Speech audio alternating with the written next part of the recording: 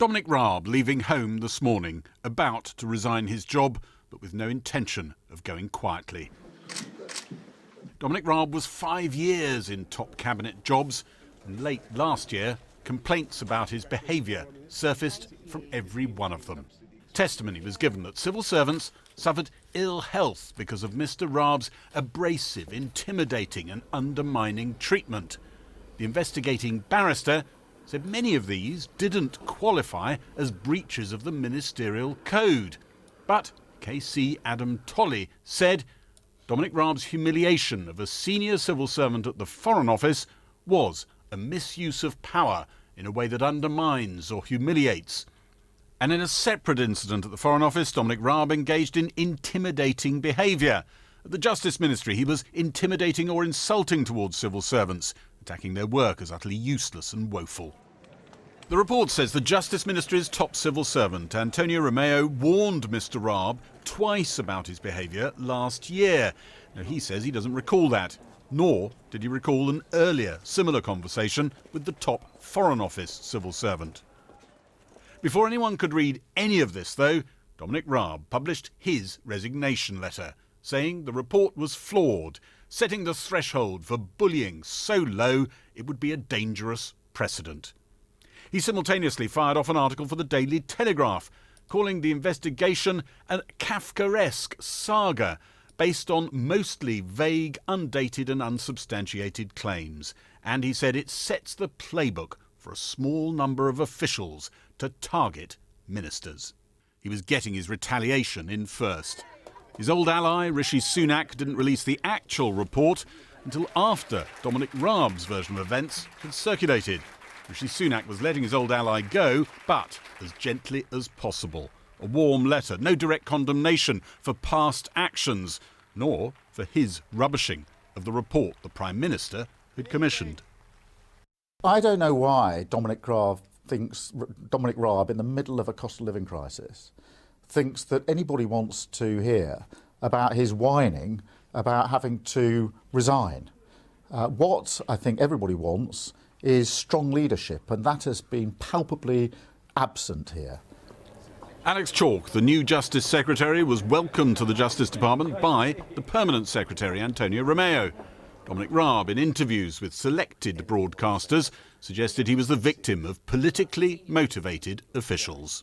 Essentially, it seems to me that either the allegations were politically motivated, or there are the people making the allegations were essentially snowflakes who need to toughen up a bit, or that you are a bully. Which is it? Well, it's definitely not the third.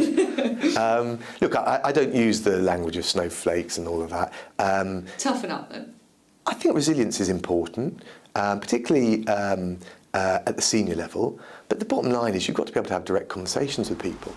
In Dominic Raab's Surrey constituency, divided reaction. I suspect that the civil service is oversensitive about bullying, something that in my day we weren't particularly worried about. I'm very sorry it was necessary. I think he probably demanded an efficiency and a rigour, and I think this whole bullying concept has got way out of control.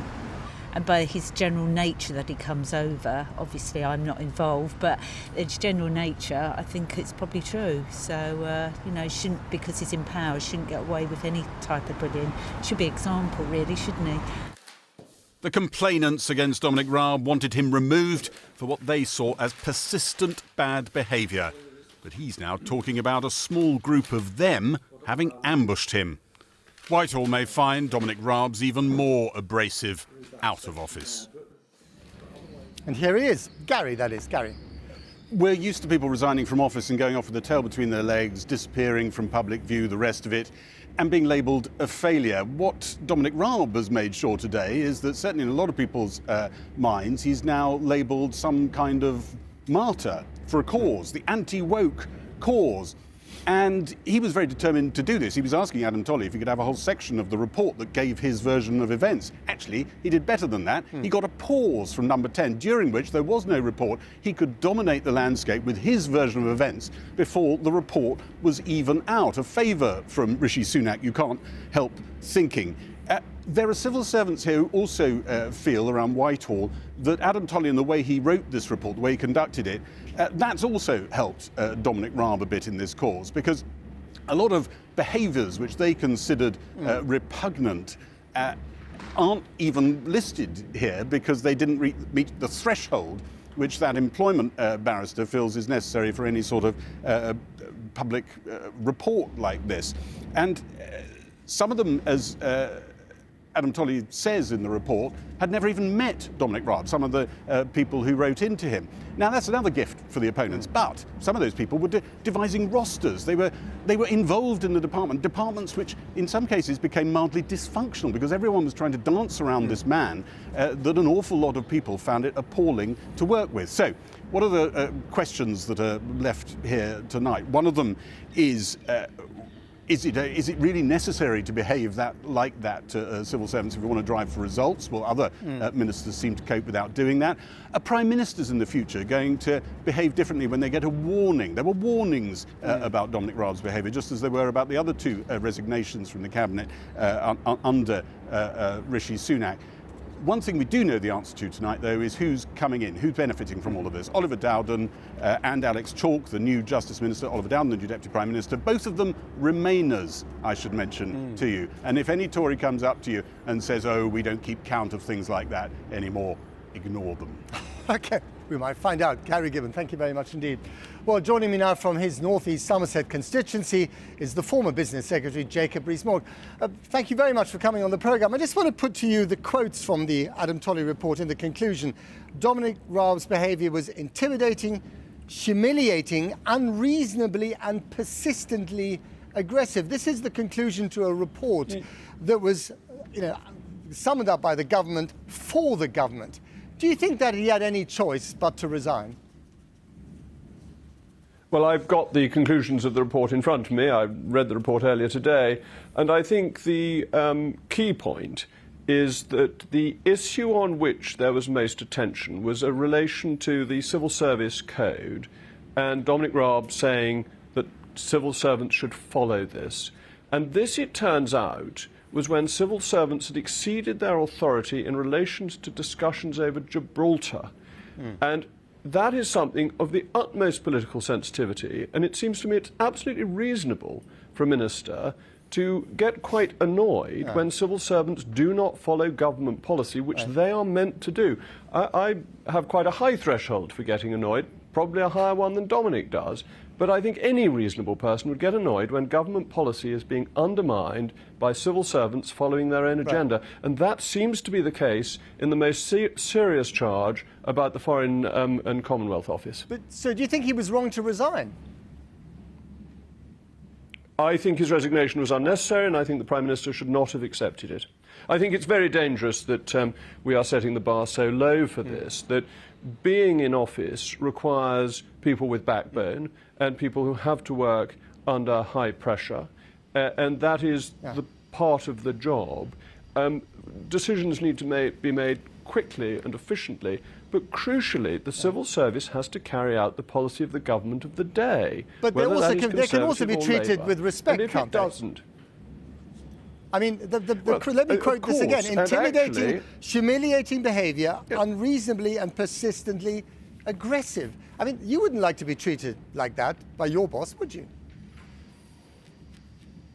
I think that you're taking some very selective points, that actually, over most of the issues, Dominic was found to have behaved perfectly properly. There is an occasion, which, as I understand it, relates to Gibraltar, where he got irritated that the civil service was failing to do its job. Now, it seems to me there is one way accountability, that ministers are accountable, that civil servants can be as incompetent, as useless, and can fail to deliver on government policy, and there's no consequence for them. This is undemocratic. We must surely be run by ministers appointed by the Prime Minister, who has a democratic mandate behind him, not by unelected bureaucrats, which is what this is leading to.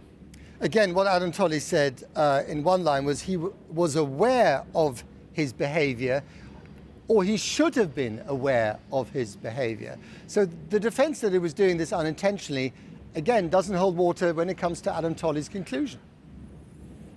I wasn't making the unintentional defence. I don't want to make the unintentional defence. I think you are allowed, in a business relationship, to be irritated when people fail to do their job properly.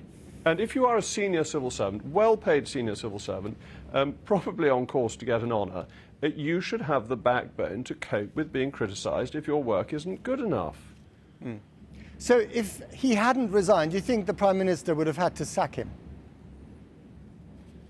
No, I don't think he would have done at all. I don't think this report shows a high enough level of bad behaviour to have required a resignation. And indeed, I think it's a mistake to have allowed him to resign from the Prime Minister, because the Prime Minister must have control of who is appointed to ministerial office and not allow that to appear to be delegated to officialdom. Otherwise, we'll only have ministers who don't wish to do anything and wish to go along with the consensus of the blob. So does this show a lack of judgment from the Prime Minister? Well, the Prime Minister has gone along with Dominic Raab's desire to resign, and that's fair enough from his point of view, but I think for government more generally it's a mistake. OK. Jacob Rees-Mogg, thank you very much indeed. Well, Lord Kerslake was head of the Home Civil Service under David Cameron and is now a Labour peer. He joins me. Thank you very much for coming on the programme. So Dominic Raab today in his interview said that there was, these were a small group of activist civil servants trying to undermine democracy, not just him. What's your response? I don't think that's credible, I have to say. Dominic Raab lashes out in all directions in his rather graceless letter of resignation and his interview. And in fact, he goes after almost everybody, but except himself, really, in recognising his personal responsibility for his behaviour. There's no evidence of that. Civil servants recognise their role of serving the government of the day, and they also recognise if they can't do that, they need to leave the civil service. I've never met a civil servant who doesn't understand that. So it's just not a credible argument. And he's trying to divert this into an issue of constitution and government, when actually it's about his behaviour. And that's very, very clear from the Tolley report, that his behaviour was simply not acceptable. The decision is the right one. I suspect he was told either to resign or be fired, and it was the right outcome. But what's also clear from the Tolley report is that there was no swearing. He didn't throw anything. Remember, Gordon Brown, when he was Prime Minister, and you were working for him probably at the time, was famous for throwing phones at people. So we had none of that kind of stuff in this report from Dominic Raab. Yeah, of course there's been poor behaviour in the past by ministers. They're under pressure. They've got a lot to deliver. But you've got to distinguish from those sort of isolated incidents where often the minister will recognise they've gone too far and apologise. And what I think can be seen as essentially a sustained pattern of behaviour, not just in one department, but in 3 departments, where there are 8 separate complaints. That is different. And there's talk about a low bar. Jacob Rees-Mogg talked about it in terms of bullying. Well, the bar that was used by Adam Tolley was the ministerial code, and indeed a legal case on the issue of bullying. Right. And it's quite clear that on any sort of test of that, this was bullying, and he had to go. How worrying is it for the government and for the country and for successive governments indeed, that there seems to be this sort of ongoing cold and sometimes hot war between the politicians and the civil servants, undermining the way this country functions? I do think it's worrying, and it's been going on for a while, and it's a mix of suspicion, sometimes contempt, sometimes hostility. It's not universal. There are departments where ministers work very well with their civil servants, and we need to recognise that. But this kind of narrative of a civil service that's seeking to undermine the government of the day is deeply unhelpful and I think corrosive to our democracy. And I don't think it's backed up by the facts. And worst of all, I think, Dominic Raab talks about a chilling effect on ministers. The chilling effect on civil servants is what worries me most, because they will, I think, be much more reluctant to speak truth under power. But if you can't criticise a civil servant because he's done some shoddy work, or she for that matter, then, where does that leave a minister, frankly?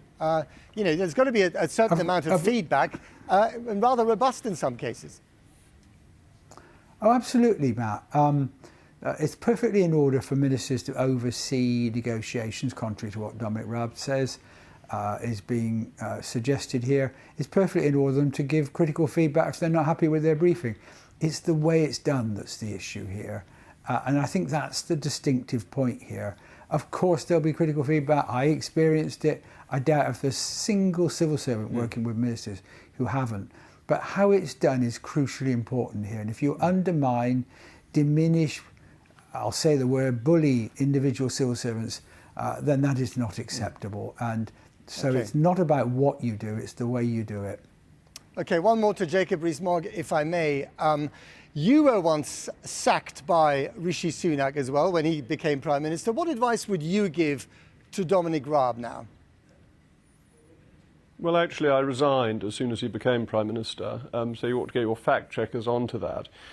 I think Dominic is a very effective individual, but I would make one final point on the civil service, that Lord Kerslake and Sue Gray have both gone from the most senior reaches of the civil service to the Labour Party. I cannot think of a similar senior civil servant who's ever gone to the Conservative Party in such circumstances. That is part of the problem. Jacob Rees-Mogg, Bob Kerslake, thank you very much to both of you.